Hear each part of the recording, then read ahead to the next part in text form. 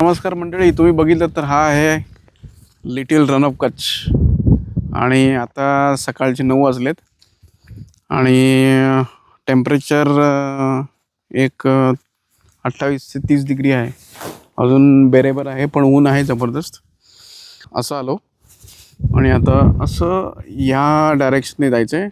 तर काय काय ठिकाणी मार्किंग्स वगैरे आहेत आणि एक मध्ये एक बेट येईल, मेढक बेट, तिकडनं आपल्याला राईड घ्यायचं आहे. तर असं आहे.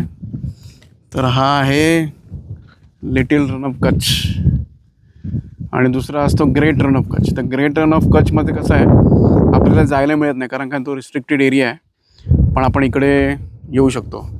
आणि तुम्ही सगळीकडे बघितलं तर एकदमच बॅरन लँड आहे एकदम.